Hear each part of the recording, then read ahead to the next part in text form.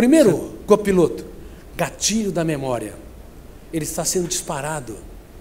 É o fenômeno da autochecagem, sem que você perceba, para vocês entenderem cada verbo que eu conjugo tempo espacialmente, cada pronome, cada adjetivo, o gatilho dispara milhares de vezes, abrindo milhares de janelas ou arquivos mentais, com milhões de dados. Portanto, o segundo copiloto são as janelas da memória. E há 3 tipos de janelas. Janelas neutras, que não têm conteúdo emocional, que corresponde provavelmente a mais de 90% de todos os arquivos da mente humana, que tem milhões de dados que aprendemos ao longo de nossa vida e que incorporamos, mas reitero, sem grande emocionalidade. Tem as janelas traumáticas ou killers, que tem as fobias, medo de falar em público, ou glossofobia, medo de lugar fechado, ou claustrofobia, medo da opinião dos outros. Também contém a nossa irritabilidade, contém a nossa hiperreatividade. Tem pessoas que me dizem: Dr. Cury, eu não levo desaforo para casa. Se alguém me contrariou, eu imediatamente reajo, respondo. E eu falo: claro, você é uma pessoa desequilibrada. Não leva desaforo para a casa física, mas leva desaforo para a sua casa mental, porque toda a sua reação, todo o fenômeno bateu, levou, ação e reação, é registrado de volta no córtex cerebral. Por isso, uma pessoa impulsiva, se não protege sua emoção, continua sendo hiperreativa e piora.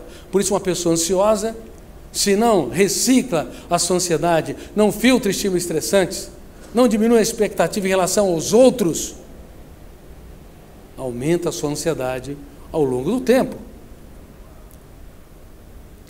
Então, o segundo fenômeno são as janelas da memória. Janelas neutras, janelas traumáticas ou killers, e as janelas saudáveis ou lights, que contêm serenidade, apoio, capacidade de fazer da vida um espetáculo, generosidade, altruísmo, a empatia ou capacidade de se colocar no lugar do outro. A quantidade e qualidade das janelas saudáveis ou lights em relação às janelas traumáticas ou killers é que vai determinar se uma pessoa é saudável emocionalmente. Mas não dá para esperar que as pessoas só tenham janelas saudáveis, por mais que os pais sejam generosos, por mais que os professores sejam altruístas, por mais que os avós, os amigos e a vida protegeu contra estímulos estressantes. Nós somos tão criativos que quando nós não temos problemas, nós os criamos. A mente humana, ela tem uma criatividade enorme, até para nos encarcerar. Bom, então eu quero dizer que a quantidade de janelas lights, saudáveis, tem de ser preponderante em relação às janelas traumáticas ou killers. Mas não é assim que tem acontecido. Frequentemente, as janelas que imprimem ansiedade, irritabilidade, hiperreatividade, necessidade ansiosa ou neurótica de estar sempre certo. Por isso não pedimos desculpas, enquanto uma pessoa grande que quer formar sucessores tem que ter coragem de pedir desculpa até para os pequenos, para os filhos, porque se vocês querem que eles aprendam a pedir desculpas, você tem que viver a arte da humildade, você tem de se apequenar, se fazer pequeno para tornar os pequenos grandes. Pais raramente pedem desculpa para os filhos, e pais raramente perguntam aonde eu errei e não soube. E eu fiz muitas perguntas nesse sentido para as minhas filhas: onde o papai errou e não soube, porque eu não queria que elas gravitassem na órbita de um psiquiatra ou de um escritor. Eu queria que elas não tivessem medo do caminho, tivesse medo sim de não caminhar, e aprendesse, mesmo quando caísse, a transformar os dias mais tristes nos textos mais solenes da sua história. Então, queridos amigos, janelas da memória é o segundo fenômeno inconsciente. O primeiro, como é que chama? Gatilho. Segundo, são as janelas. Terceiro, âncora da memória. A âncora é que dá concentração, dá foco.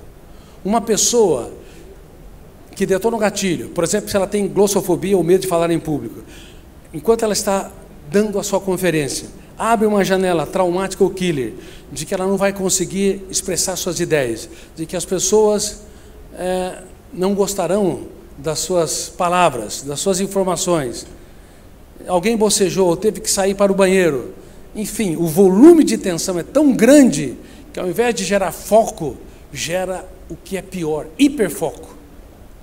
Fixa-se naquela janela e milhares de outros arquivos não são abertos com milhões de dados para dar resposta inteligente nas situações mais difíceis. Por isso que as pessoas falham.